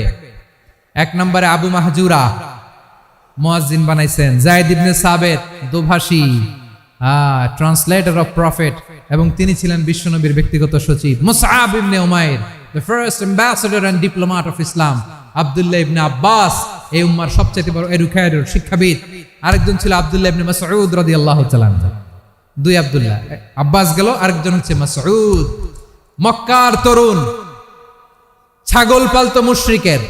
বিশ্বনবী আর আবু বকর রাদিয়াল্লাহু তাআলা আনহু একবার গেলেন, যে দেখে এই তরুণ দাঁড়ায় আছে। বিশ্বনবী বলেন, আমি খুব ক্ষুধার্ত, তোমার কাছে কি দুধ আছে ছাগলের? আব্দুল্লাহ ইবনে মাসউদ বলে, আছে। ওয়ালাকিন আনা মু'তামান, যে দুধ আছে এটা আমানতের, আমি দিতে পারবো না। বিশ্বনবী এইটা শুনেই তার টার্গেট করে ফেলছে। আনা মু'তামান, দুধ আছে কিন্তু এটা আমার মালিকের, আমি তো দরদ দেখাই, আমার মালিকের দুধ, আপনি পথিক, আপনারা দিতে পারি না। বিশ্বনবী টার্গেট করে ফেলছেন, এরে আমার কাজে লাগাইতে হবে। বিশ্বনবী বললেন, আচ্ছা ঠিক আছে, দুধ দিও না, কিন্তু এমন ছাগি আছে কিনা যেই ছাগির সাথে কোনো ছাগলের মিলন হয় নাই, তার ওলানে দুধও আসে নাই, বাচ্চাও নাই, এরকম ছাগির থেকে যদি আমি দুধ খাই তাহলে তো সমস্যা নাই। বলতেছে, এরকম ছাগির থেকে দুধ খাইলে সমস্যা নাই, কারণ এরকম ছাগির ওলান থেকে দুধ আসবেও না। বলতেছে, ঠিক আছে, এরকম একটা ছাগি নিয়ে আসা হলো। বিশ্বনবী বিসমিল্লাহ বলে ওই ছাগির ওলানে হাত দিলেন। হাত দিতে দেরি, পুরো ওলানটা দুধে ভরে যেতে দেরি হয় না। বিশ্বনবী আর আবু বকর রাদিয়াল্লাহু তাআলা আনহু দহন করে পেট ভরে খেলেন। এই দৃশ্য আব্দুল্লাহ ইবনে মাসউদের হৃদয়ে দাগ কাটলো। এই মুজিজা দেখে তিনি বললেন, আশহাদু আল্লা ইলাহা ইল্লাল্লাহ ওয়া আশহাদু আন্না মুহাম্মাদুর রাসূলুল্লাহ। তিনি ষষ্ঠ মুসলিম ছিলেন, 6 নম্বর মুসলমান। ওনাকে টার্গেট করে বিশ্বনবী দেখলেন এমন ইন্টেলেকচুয়াল ব্রেন, উনি সূক্ষ্ম সূক্ষ্ম জিনিস বুঝে বেশি, ফিকহি জ্ঞান ওনার মধ্যে বেশি। বিশ্বনবী ওনাকে কোরআনের জ্ঞান শিক্ষা দিতে লাগলেন। উনি বিশ্বনবী সবার কাছে কোরআন শোনায়, কিন্তু বিশ্বনবী নিজে আব্দুল্লাহ ইবনে মাসউদের কাছ থেকে কোরআন শুনতো। বিশ্বনবী একবার বললেন, ইকরা আলাইয়া ইয়া মাসউদ। ইবনে মাসউদ, একবার শোনাও তো কোরআন দেখি। আব্দুল্লাহ ইবনে মাসউদ বলে, আকরাউ আলাইকা ওয়া আলাইকা উনজিল। নবী, আপনার উপর কোরআন নাজিল হয় আর আমি আপনার সামনে কোরআন পড়ব। বিশ্বনবী বললেন, ইন্নী উহিব্বু আন আসমাআহু মিন গায়রি। আমি নিজে পড়তে যেমনি ভালোবাসি, অন্যে পড়ুক আমি শুনবো, এটাও আমি ভালোবাসি। সূরা নিসা তিনি তেলাওয়াত করে শুনিয়েছেন। এমন সূক্ষ্ম সূক্ষ্ম বিষয় বিশ্বনবী উনাকে ধরিয়ে দিয়েছেন। উনি হয়ে গিয়েছেন, আব্দুল্লাহ ইবনে আব্বাস হয়েছেন রাইসুল মুফাসসিরিন, উনি হয়ে গিয়েছেন ফাকিহুল উম্মাহ। উনার চাইতে বড় ফকি এই পৃথিবী আর দেখবে না। চিল্লায় বলেন সুবহানাল্লাহ। উনি বলতেন, ওয়াল্লাহি ওয়াল্লাহি ইল্লাযী লা ইলাহা গায়রু মা উনজিলাত সূরাতুন ইল্লা ওয়া আনা আ'লামু আইনা উনজিলাত ওয়া ফীমা উনজিলাত। বিশ্বনবী এমন ভাবে কোরআনের দার্স আমাকে দিয়েছেন, কোরআনে যত সূরা নাজিল হয়েছে, যেখানে নাজিল হোক না কেন আমি জানি এটা কোথায় নাজিল হয়েছে এবং কোন প্রেক্ষাপটে নাজিল হয়েছে। এমন একটা সূরা নাই যে সূরার কোথায় নাজিল হয়েছে আমি মাসুদের জানা নাই, কোন প্রেক্ষাপটে নাজিল হয়েছে আমার জানা নাই। এরকম ঘটবে না। চিল্লায় বলেন আল্লাহু আকবার। এই আব্দুল্লাহ ইবনে মাসউদ রাদিয়াল্লাহু তাআলা আনহু ওমর ফারুকের সময় কুফার চিফ জাস্টিস ছিলেন। কুফা নগরীর চিফ জাস্টিস। চিফ জাস্টিস বোঝেন নাই? বিচারপতি। কি ছিলেন? সবাই বলে নাই, কি ছিলেন? বিচারপতি ছিলেন। এবং ওনার যে ফিকহি জ্ঞানের ধারা, এটাই আলকামা, ইব্রাহিম আন-নাখাই, হাম্মাদ ইবনে সুলাইমান হয়ে ইমাম আবু হানিফা পর্যন্ত পৌঁছেছে। এবং ওনার ফিকহি জ্ঞানের ধারাই হানাফি মাযহাবে অ্যাকসেপ্ট হয়েছে। আজও এগুলো হানাফি মাযহাবে চর্চিত হয়। হানাফি মাযহাবের সব ফিক আব্দুল্লাহ ইবনে মাসউদের ফিকহি জ্ঞানের ধারা থেকে নেওয়া হয়েছে। চিল্লায় পড়েন সুবহানাল্লাহ। তাহলে উনাকে বিশ্বনবী বানিয়েছেন জুরিস্ট, আইনবিদ, ফকিহ। উনারে আজান শিখান নাই। হিউম্যান রিসোর্স ডেভেলপমেন্ট কিভাবে করবেন, মানব সম্পদের উন্নয়ন কিভাবে করতে হয়, কিভাবে যার যেখানে প্রতিভা কাজে লাগাতে হয় উনি দেখিয়েছেন। সুবহানাল্লাহ পড়বেন না? খালিদ বিন ওয়ালিদ নাম শুনছেন? কে কে শোনেন নাই হাত তোলেন। কি ছিলেন? বীর যোদ্ধা ছিলেন খালিদ বিন ওয়ালিদ। কিন্তু তিনি ইসলাম ধর্ম গ্রহণ করেছেন অনেক দেরিতে, 8ম হিজরিতে। তার মানে 8ম হিজরির আগে উনি মুশরিকদের পক্ষে লড়াই করেছেন। উনার হাতে কত মুসলিম সাহাবী যে নিহত হয়েছে হিসাব নাই। বিশ্বনবী টার্গেট করে রাখছে, তুমি আমাদের মুসলিমদের এত ক্ষতি করলা, তুমি যখন মুসলমান হবা তোমার দিয়ে আমি এমন কাম করামু যে এটা আর কেউ করতে পারবে না। খালিদ বিন ওয়ালিদ রাদিয়াল্লাহু তাআলা আনহু 8ম হিজরিতে মুসলিম হয়েছেন, মক্কা বিজয়ের আগে। তো মক্কা বিজয়ের আগে যখন মুসলিম হয়েছেন, এর আগে কি করছেন? কাফিরদের সাথে যুদ্ধ করেছেন। উনি উহুদের যুদ্ধে মুসলমানদের যে পরাজয় ভাব, কঠিন পরিস্থিতির মুখোমুখি উনার কারণে পেছন থেকে এমন আতর্কিত আক্রমণ করেছেন, মুসলমানদেরকে কচুকাটা করেছেন। অষ্টম হিজরিতে আল্লাহ তাআলা হেদায়েতের নূর দিয়ে ওনার হৃদয়টাকে উজালা করে দিলেন। লা ইলাহা এটা এমন বাণী যার হৃদয়ে একবার টাচ খাবে এইটা থেকে সে আর পালিয়ে বেড়াতে পারে। ঝিনুকের ভেতর লুকিয়ে থাকে যেমন মতি, ঝিনুকের ভেতর লুকিয়ে থাকে যেমন মতি, কলমা শাহাদাতে আছে আল্লাহর জ্যোতি, কলমা শাহাদাতে আছে আল্লাহর জ্যোতি। ঠিক কিনা বলেন? মক্কা বিজয়ের আগে মুসলিম হলেন, হওয়ার পরে বিশ্বনবীর টার্গেট ফুলফিল হলো। ওই যে টার্গেট করে রেখেছেন আর দোয়া করেছেন, খালিদ বিন ওয়ালিদ যদি মুসলিম হয় তাকে আমি মিলিটারি চিফ বানাবো। ওনাকে আজান শিখান নাই, ওনারে কান ধইরা নামাজের এই মাথা থেকে ওই মাথা আনান নাই, ফিকহি কোরআনের সূক্ষ্ম তাফসীর ওনারে শিখান নাই, অ্যাম্বাসেডর বানান নাই। বিষ্ণু ইসলাম উনাকে সামরিক অভিযানে প্রেরণ করেছেন। সামরিক অভিযানে তিনি প্রেরণ করেছেন। উনার জীবদ্দশায় উনার নেতৃত্বে যতগুলো যুদ্ধ হয়েছে একটা যুদ্ধেও তিনি পরাজয় বরণ করেন নাই। ওমরে ফারুকের সময়কালে তিনি চিফ অফ মুসলিম মিলিটারি মানে মুসলিম সেনাপতি হয়েছেন। যশোর আওয়াজ করো, ঠিক কিনা বলো? সেনাপতি, মুসলিম সেনাপতি। তাহলে কিভাবে হিউম্যান রিসোর্স ব্যবহার করতে হয় গোটা বিশ্ব আমার নবীর কাছ থেকে শিখে নাও। খালিদ বিন ওয়ালিদ, ওনাকে বিশ্বনবী একটা উপাধি দিয়েছেন। উপাধিটা হচ্ছে সাইফুল্লাহিল মাসলুল, আল্লাহর নাঙ্গা তরবারি, আল্লাহর খোলা তরবারি, দ্য ওপেন সোর্ড অফ আল্লাহ। খালিদ বিন ওয়ালিদ মুসলিম সেনাপতি। হাসান বিন সাবেত নাম শুনছেন? দেখি উনি কি ছিল বলেন। রাসূলের সভা কবি, কালচারাল হিজিমনিকে ডিফিট করার জন্য উনি ভালো অস্ত্র চালানো জানতেন না, ওই কাজে উনি যেতেন না। উনার ছিল কাব্য প্রতিভা। কাব্য প্রতিভা, কাফিররা কবিতা দিয়ে নবীকে গালি দিত। বিশ্বনবী বলতেন, ইয়া হাসান আজিব আন রাসূলিল্লাহ, তুমি নবীর হয়ে কাফেরদের এই কথাগুলোর জবাব দাও। বিশ্বনবীর একটা মিম্বার ছিল, বিশ্বনবীর মিম্বারের পাশাপাশি মসজিদে নববীতে এই হাসান বিন সাবেতের জন্য বিশ্বনবী একটা স্পেশাল মিম্বার বানিয়ে দিয়েছেন। এখান থেকে তুমি জবাব দাও। এবং বিশ্বনবী বলেছেন, আল্লাহুম্মা আইয়িদহু বিরূহিল কুদুস, আল্লাহ হাসান আমার পক্ষে জবাব দেয়, তুমি জিব্রাইল মারফত তাকে সাহায্য পাঠাইয়া দিবে। রাসূল সাল্লাল্লাহু আলাইহি ওয়াসাল্লামের সভা কবি, the poet of the prophet, নবীর কবি। উনি কবিতা দিয়ে এমন উচ্চাঙ্গের ভাষায় কবিতা দিয়ে তিনি জবাব দিতেন, কাফিরদের গা শিহরে যেত, তাদের হৃদয়ে আগুন ধরে যেত। তাহলে এরকম কবিরও দরকার আছে না নাই? এখন যাকে আল্লাহ দিছে কাব্য প্রতিভা, এরা যদি আপনি যুদ্ধের ময়দানে পাঠান হবে? যারে দিছে সুরেলা গলা, এরা যদি অ্যাম্বাসেডর বানান হবে না। হাসান বিন সাবেত ছিলেন বিষ্ণু ইসলামের কবি। হুযায়ফা ইবনুল ইয়ামান বিশ্বনবীর গোয়েন্দা বিভাগের প্রধান। কিসের প্রধান? হুযায়ফা ইবনুল ইয়ামান। ওনার ছিল ডিটেকটিভ মাইন্ড, ডিটেকটিভ মাইন্ড, গোয়েন্দা বিভাগের প্রধান। এবং উনি হচ্ছেন সাহিবু সিররি রাসূলিল্লাহ, রাসূল সাল্লাল্লাহু আলাইহি ওয়াসাল্লামের গোপন তথ্যের ধারক বাহক। নবীর যেই কথা কেউ জানে না, সব হুযায়ফার পেটের ভিতরে ছিল। সুবহানাল্লাহ পড়েন। মদিনার যত ইহুদিদের একটা লিস্ট ছিল, এই লিস্ট শুধু দুইজন জানতো, বিশ্বনবী আর হুযায়ফা। সুবহানাল্লাহ পড়বেন না? তাহলে উনাকে কোন দায়িত্ব দিছে? কোন বিভাগ? যশোর আওয়াজ করো, কোন বিভাগ? গোয়েন্দা বিভাগের হেড ছিল।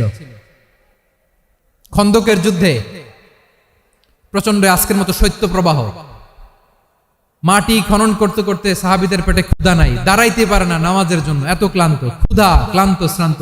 বিশ্বনবী বললেন, কে আছো? এই কঠিন শীত, এই ভয় আর ক্ষুধার মধ্যেও খন্দকের পরীক্ষার টপকে শত্রু শিবিরে যে আমাকে তথ্য দিবা, কে আছো? কারো গায়ে শক্তিই নাই যে দাঁড়াবে, কেউ দাঁড়ায় না। বিশ্বনবী তখন নিজে হুযায়ফাকে ডাক দিলেন, হুযায়ফা, যে আমাকে আজকে শত্রু শিবিরের তথ্য এনে দিবে, সে জান্নাতে আমার মরাফাকা, আমার সঙ্গী হবে। হুযায়ফা রাদিয়াল্লাহু ইবনুল ইয়ামান জীবনের ঝুঁকি নিয়ে এই ক্ষুধা, শৈত্য প্রবাহ, কোল্ড ওয়েভসকে উপেক্ষা করে পরীক্ষা টপকে শত্রু শিবিরে যে সবার কথাগুলো চুপে চুপে শুনে বিশ্বনবীর দরবারে এসে গোয়েন্দাদের মতো তথ্য সরবরাহ করেছে।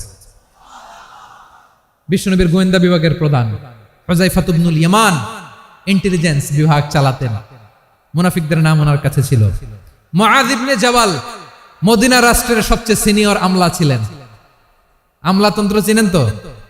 প্রশাসনিক কাজ যারা চালায়, অ্যাডমিনিস্ট্রেশন বুঝেন না? The department of administration. মদিনার রাষ্ট্রের সিনিয়র আমলা মুআয ইবনে জাবাল মুতাখাসসিসুন ফিল হালাল ওয়াল হারাম, হালাল হারামের স্পেশালিস্ট ছিলেন। বিশ্বনবী উনাকে ইয়ামানের গভর্নর করে পাঠায়েছেন।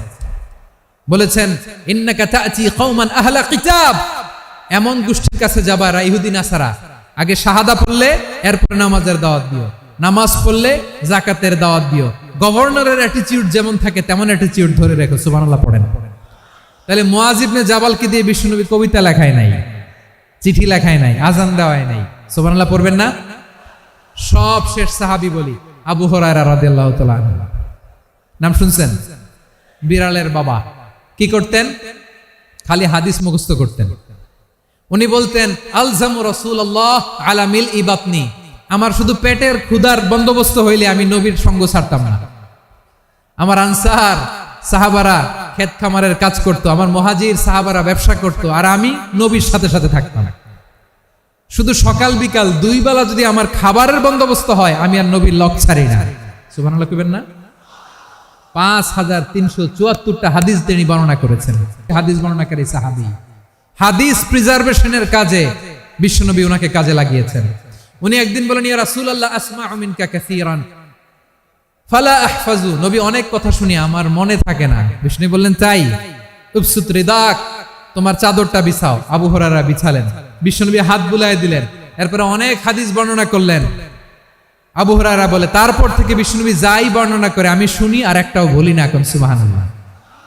বিশ্বনবী উনাকে হাদিস প্রিজার্ভেশন, নবীর এই যে লক্ষ্য হাদিস প্রিজার্ভেশনের এই দায়িত্ব দিয়েছেন সাইয়েদনা আবু হুরায়রা রাদিয়াল্লাহু তাআলা আনহুকে।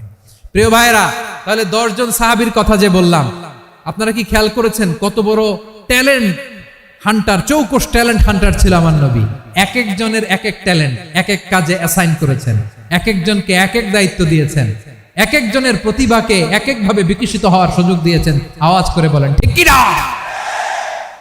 এখন আমার পর্দার আড়ালে আমার মায়েরা বলবে, এতগুলো পুরুষ সাহাবীর কথা বললো, নারী সাহাবীরা কি কিছু করে নাই? হ্যাঁ, একজন নারী সাহাবীর কথা বলে মোনাজাত হবে, দোয়া ছাড়া কেউ যাব না। রুফাইদা আল আসলামিয়া রাদিয়াল্লাহু তাআলা আনহা, ওনার বাবার নাম সাআদ আল আসলামি। বিশ্বনবী কি খেয়াল করলেন দেখেন, সাআদ ছিল মদিনার বড় ডাক্তার। এই নারী সাহাবী রুফাইদা বাবার কাছ থেকে চিকিৎসা বিদ্যা শিখেছেন। যখন শিখছে, বিশ্বনবী দেখলেন আমার তো প্রতি সপ্তাহে সপ্তাহে যুদ্ধে আহত সাহাবীদের সেবা দিবে কে? বিশ্বনবী রুফাইদাকে বললেন, রুফাইদা তুমি মসজিদে নববীর পাশে একটা মেডিকেল ক্যাম্প করো। এই যে সাকিনা আদ্দিন মেডিকেলের আমার ছাত্রী বন্ধুরা, শুনে রাখো, তোমাদের আইকন হচ্ছে রুফাইদা আল আসলামিয়া। বিশ্বনবীর ডিরেকশন অনুযায়ী তিনি মসজিদে নববীর পাশে একটা মেডিকেল ক্যাম্প করলেন এবং আহত সাহাবাদের চিকিৎসা উনি ওনার টিম নিয়ে দিতেন। বিশ্বনবীর পরামর্শে উনি আনসারি এবং মুহাজির মহিলা সাহাবীদেরকে নিয়ে একটা স্পেশাল মেডিকেল টিম গঠন করলেন। খায়বার যুদ্ধে 7ম হিজরিতে যখন বিশ্বনবী যায়, উনি ওনার টিম নিয়ে আসলেন, বললেন, ইয়া রাসূলুল্লাহ, আমরা তো তলোয়ার চালাতে পারি না, আমরা তো তীর মারতে পারি না, আপনি যদি অনুমতি দেন খায়বার অভিযানে আমি আমার টিম নিয়ে মেডিকেল টিমের সেবাটা সার্ভিসটা দিতে চাই। পড়েন সুবহানাল্লাহ। বিশ্বনবী অনুমতি দিলেন, যোদ্ধা সাহাবীদের সাথে রুফাইদা আল আসলামিয়া উনিও মেডিকেল টিম নিয়ে অগ্রসর হলেন। খায়বারের প্রতিটা আহত ইনজুর্ড সাহাবী যারা ইনজুরির শিকার হয়েছেন, সবাই রুফাইদা আল আসলামিয়ার এই মেডিকেল ক্যাম্প থেকে চিকিৎসা সহায়তা পেয়েছেন। সুবহানাল্লাহ পড়েন। দেখেন কিভাবে বিশ্বনবী ট্যালেন্ট বাছাই করতেন। আপনি অবাক হবেন, বাহরাইনের মেডিকেল ইউনিভার্সিটিতে রুফাইদা আল আসলামিয়া মেডিকেল প্রাইজ অ্যাওয়ার্ড প্রতি বছর দেয়া হয়। যদি 8 দিনের এই মেডিকেল, আমার বোনেরা যদি জেনে থাকো জানো, না হলে নতুন করে জানো, সার্চ দিও, রুফাইদা আল আসলামিয়া মেডিকেল অ্যাওয়ার্ড বাহরাইনের ইউনিভার্সিটিতে দেয়া হয়। প্রিয় ভাইয়েরা, তাহলে আলোচনার সামারি আমরা করি। বিশ্বনবী যার যেখানে ট্যালেন্ট তাকে ওইখানে কাজে লাগাতেন। আওয়াজ করে বলেন ঠিক কিনা? বিশ্বনবী যেভাবে হিউম্যান রিসোর্সকে ম্যানেজ করেছেন, যার যেখানে প্রতিভা কাজে লাগিয়েছেন, আমরাও যদি করি আমাদের বাংলাদেশের চিত্র আমরা পাল্টে দিতে পারবো। আমরা শুরুতে শুনেছি মানুষের আছে অসীম সম্ভাবনা, প্রতিটা মানুষ অনন্য, যত্ন নিলে, যথাযথ পরিচর্যা করলে মানুষ বিশ্ব জয় করতে পারে, ঠিক কিনা? আমাদের হাফেজে কোরআনের সামনে দাঁড়াতে পারে এমন কোন হাফেজে কোরআন আল্লাহর জমিনে জন্ম হয় না। গোটা বিশ্ব কাঁপিয়ে তারা সেরা, আমাদের ক্রিকেটাররা সেরা, আমাদের তৈরি পোশাক শিল্প সেরা, এরকম অনেক অনেক সেরা জিনিস আছে, আমরা এগুলোরে নার্চারিং করতে পারি নাই, পরিচর্যা করতে পারি নাই, সঠিক তারবিয়াতের অভাব। তাহলে মানুষের অসীম সম্ভাবনাকে কাজে লাগাতে হবে, ঠিক কিনা বলেন? ইউনুস গভর্নমেন্টকে আমি বলবো, অল্প সময়ের জন্য আপনারা এসেছেন, সংস্কারও করতে হবে, আবার নির্বাচনও করতে হবে। সব সংস্কার হতে করতে পারবেন না, যতটুকু পারবেন এর মধ্যে আমাদের যে হিউজ ম্যান পাওয়ার, আমাদের যে মানব সম্পদ, হিউম্যান রিসোর্স, এটাকে ডেভেলপ করে আপনাদের যেতে হবে। যেটা পারবেন না সেটাকে পরবর্তী নির্বাচিত গভর্নমেন্টের কাছে রেখে যেতে হবে, যে তারা যেন করে, তাদের কাছে আপনারা এটা রেখে যাবেন। তাহলে মানুষ চাইলে বিশ্ব জয় করতে পারে। আর মানুষকে হারাতে পারে কেউ? জোরে বলো যশোর, মানুষকে হারাতে পারে কেউ? আল্লাহ আমাদেরকে জনসংখ্যা দিয়েছেন প্রিয় ভাইয়েরা, এই জনসংখ্যা অনেক বড় সম্পদ, এটা আমাদের জন্য অভিশাপ নয়, আশীর্বাদ। আমাদের জনসংখ্যাকে যদি আমরা জনশক্তিতে রূপান্তর করতে পারি, আজকে বাংলাদেশ যে অবস্থানে দাঁড়িয়ে আছে, বাংলাদেশ তার 20 গুণ উন্নতির শিখরে চলে যাবে। চিল্লায় বলো ঠিক কিনা? আমাদের শ্রমিক ভাইয়েরা বাইরে কাজ করে, আমাদের শ্রমজীবী ভাইয়েরা, প্রবাসীরা, তাদের ব্যাপারে গুরুত্ব দিতে হবে। আমাদের শ্রমের দাম সবচেয়ে কম, সবচেয়ে কম। তারা এম্বাসিতে গুরুত্ব পায় না, এয়ারপোর্টে গুরুত্ব পায় না, এই সরকার অবশ্য তাদেরকে অনেক গুরুত্ব দিচ্ছে। আমাদের অদক্ষ শ্রমিককে যখন আমরা দুবাই পাঠাই, অল্প বেতন পায়, কিন্তু ইন্ডিয়ানরা দক্ষ শ্রমিক পাঠাইলে তার 3 গুণ বেতন পায়। আমরা আমাদের শ্রমিকদেরকে অদক্ষ ভাবে আর পাঠাতে চাই না, দক্ষ শ্রমিক পাঠিয়ে আমরা রেমিটেন্সের বন্যা বইয়ে দেব। আমাদের শ্রমিকদের পাঠানো রেমিটেন্সের টাকায় সচল থাকে আমার দেশের অর্থনীতির চাকা। তাদেরকে সবচেয়ে গুরুত্ব দিতে হবে। আমরা পেয়েছি ফ্রিডম ফাইটার, মুক্তিযোদ্ধা, আর আমার প্রবাসী ভাইরা হচ্ছে রেমিটেন্স ফাইটার। জোরে বলো ঠিক কিনা? তাহলে আমাদের এই জনশক্তিকে জনসম্পদে ট্রান্সফর্ম করতে হবে, ঠিক কিনা বলেন? সরকার জনগণকে এভাবে পলিশ করতে হবে। মা বাবারা ছেলে মেয়েদের মধ্যে কার কোন যোগ্যতা, তাকে ওইভাবে কাজে লাগাতে হবে। সবার এ প্লাস পাওয়ার কোনো দরকার নাই। আমাদের দেশে একটা টেন্ডেন্সি আছে, পরীক্ষায় এ প্লাস না পাইলে কই তুই কি করলি, পাশের বাড়ির ছেলে এ প্লাস পাইছে, যা ওর পা ধোয়া পানি খা। কি খা? আমি ভাবছি যে পা ধোয়া, এ প্লাস পাওয়া ছেলেদের পা ধোয়া পানির একটা পানির ব্র্যান্ড বানাইতে হবে, এরকম লেখা থাকবে, এ প্লাস পাওয়া ছেলেদের পা ধোয়া পানি। খাওয়া নাই, এগুলার খাওয়া নাই। ওরে আল্লাহ এ প্লাস পাওয়ার জন্য বানাইছে, আর আপনার ছেলেকে এই এ প্লাস গুলারে নিয়ন্ত্রণ করার জন্য আল্লাহ বানাইছে। ওকে দিয়ে আল্লাহ কি করবে আপনি জানেনই না। একটা এ প্লাস, একটা এ গ্রেড একটা মানুষের জীবনকে ঠিক করে দিতে পারে না। আমরা ভালো মানুষ, শ্রেষ্ঠ মানুষ হতে চাই কি চাই না? ওই জাপানিজদের মতো সৎ, ওই ইউরোপিয়ানদের মতো কালচার্ড। আমাদেরকে আল্লাহ তাআলা কোরআন সুন্নাহ অনেক কিছু দিয়েছেন, যেহেতু বর্তমানে আমরা দেখছি তারা সৎ, তাদের মধ্যে ভ্যালু আছে, সেগুলো আমাদের মধ্যে আনার দরকার আছে না নাই?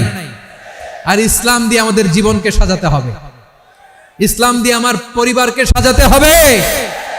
ইসলাম থেকে, কোরআন থেকে প্রেসক্রিপশন না নিলে জীবন সুন্দর হবে না। কোরআন থেকে প্রেসক্রিপশন না নিলে সমাজ সুন্দর হবে না। কোরআনের প্রেসক্রিপশন না মানলে রাষ্ট্র সুন্দর হবে না।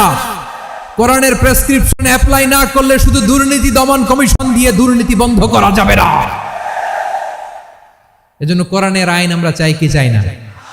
প্রিয় ভাইয়েরা, হিউম্যান রিসোর্স ডেভেলপমেন্ট, মানব সম্পদের উন্নয়ন, আমাদের সরকার যেন এদিকে নজর দেয়। আমরা যেন এই ব্যাপারে যত্নবান হয়ে উঠি। যাকে আল্লাহ যে যোগ্যতা দিয়েছে, এই যোগ্যতা দিয়ে আমরা যেন ইসলামের জন্য, দেশের জন্য কাজ করি। আমরা যেন আমাদের স্কিল ডেভেলপ করি, আমাদের পটেনশিয়ালকে ডেভেলপ করি। মোরালিটি, ভ্যালিউজ নিয়ে শায়েখ আহমদুল্লাহ আলোচনা করেছেন, এগুলো দিয়ে যেন আমরা আমাদেরকে সাজাই। আল্লাহ তাআলা আমাদের দেশকে তুমি নিরাপদ করো, আমরা পড়ি আমিন। আল্লাহ আমার 18 কোটি জনগণকে তুমি জনশক্তিতে রূপান্তরিত করো, আমিন। আল্লাহ আমরা হাতে হাত রেখে, কাঁধে কাঁধ মিলিয়ে, ভাইয়ে ভাইয়ে যেন এই দেশকে গড়তে পারি, আল্লাহ তুমি তৌফিক দান করো, আমরা পড়ি আমিন।